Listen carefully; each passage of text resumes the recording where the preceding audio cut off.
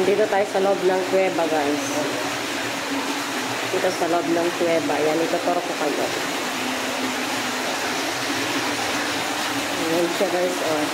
Ang daming mga bato-bato ang lamig dito sa loob. Sobra ang ginaw. Grabe. Ang ginaw dito sa loob ng kuweba.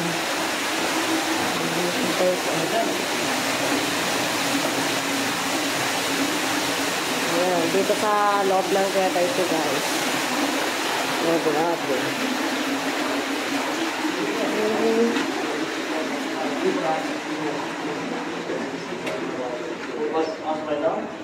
The only things that we've done are these walls as well as man-made tunnels, but and like the light basket, of course. But all this was formed by water and nature.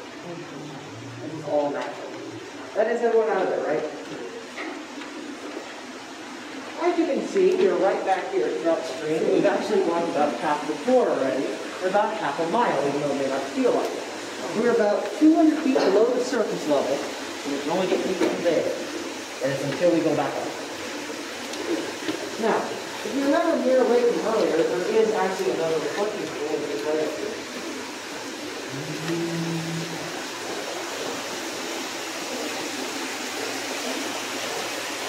Ayan, tubig, oh.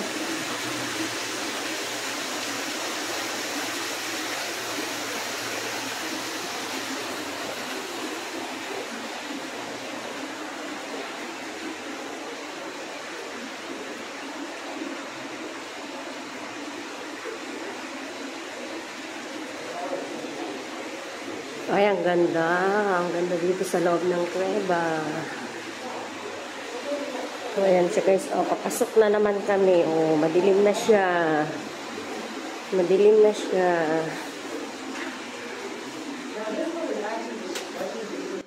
I love you symbol with sign on it. If you look at the reflection, it says Ang ganda, guys. O, sobra. You can see what people have described down there as 2 asteroids, 2 Death Stars, or my personal one I don't understand, 2 meatballs. It was really like food to have to see meatballs. And of course, right next to it is a Star Destroyer from Star Wars. Honestly, I think that entire segment there looks like that one scene in Star Wars where they're being chased by the worm. Yeah, the reflection is really good. Yeah. I honestly like this one more than Mirror Lake, but they're both extremely beautiful in their own ways. Now, this guy just meet me right up here. At the reflection ng mga ano, kasla da Jonah. At Ganda, oh. kasla da Jonah. Yun. Dalon niya. Trabaho lang ba? Grabe.